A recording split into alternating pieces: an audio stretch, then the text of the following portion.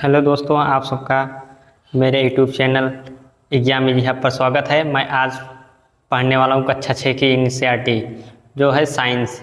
ये group D exam के लिए बहुत इंपॉर्टेंट है क्योंकि साइंस के बिना ग्रुप डी एग्ज़ाम निकाल पाना असंभव है। आइए बात कर रहे हैं, देख लीजिए। जैसे संगठक भोजन बनाने के लिए हमें किस चीज़ों की आवश्यकता होती है, जैसे कच्ची सब्जियां, नमक, मसाला, तेल, पानी इत्यादि, इन्हें संगठक कहते हैं। खाद्य पदार्थों के स्रोत, जिन जिन चीज़ों से हम अपना भोजन प्राप्त करते हैं उन्हें ही खाद्य स्रोत कहते हैं। हम खाद्य पदार्थ के दो स्रोत हैं, इन्हें आपको तेज़ी से रीड करना है क्योंकि ये क्वेश्चन ये नहीं पूछेगा। रीड करके आपको जहाँ इंपॉर्टेंट रहेगा वो वहाँ बता दूंगा और वहाँ रुक कर ध्यान दे लेना है बस।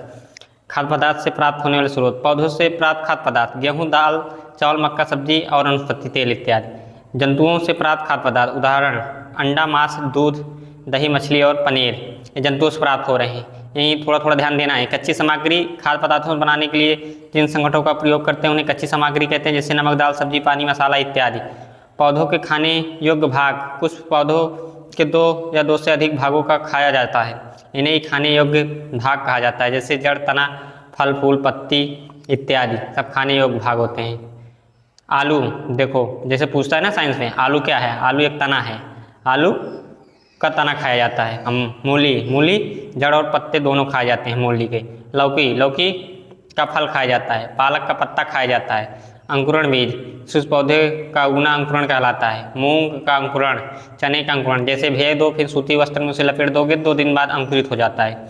अंकुरित बीजों के सफ़ेद रंग की धागे जैसी संरचना निकलती है। देखो उसी की बात कर रहा है जो बता रहा हूँ। जैसे उसमें कहे तो अखुआ गया है, जिसे अंकुर कहते हैं। मकरंद, नेक्टर, मधुमक्खियाँ द्वारा इकट्ठा की गई फूलों के मीठे रस को मकरंद, नेक्टर कहते हैं, जो बाद में शहद बन जाता है। मधुमक्खियाँ मकरंद, नेक्टर भंडारण क्यों करती हैं?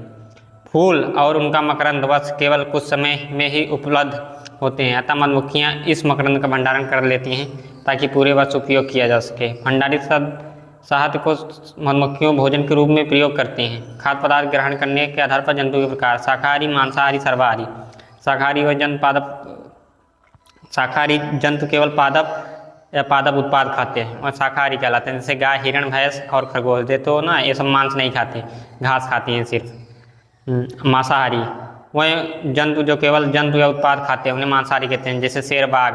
मांसाहारी में मनुष्य भी आता है, नहीं मनुष्य नहीं आता है, कुछ मनुष्य मांसाहारी, मनुष्य को सीधा सीधा बोल सकते हो सर्वाहारी वह जंतु पादप और जंतु दोनों खाते हैं और सर्वाहारी कहलाते हैं। जैसे मनुष्य कौवा, देखो मनुष्य यहाँ आ गया है।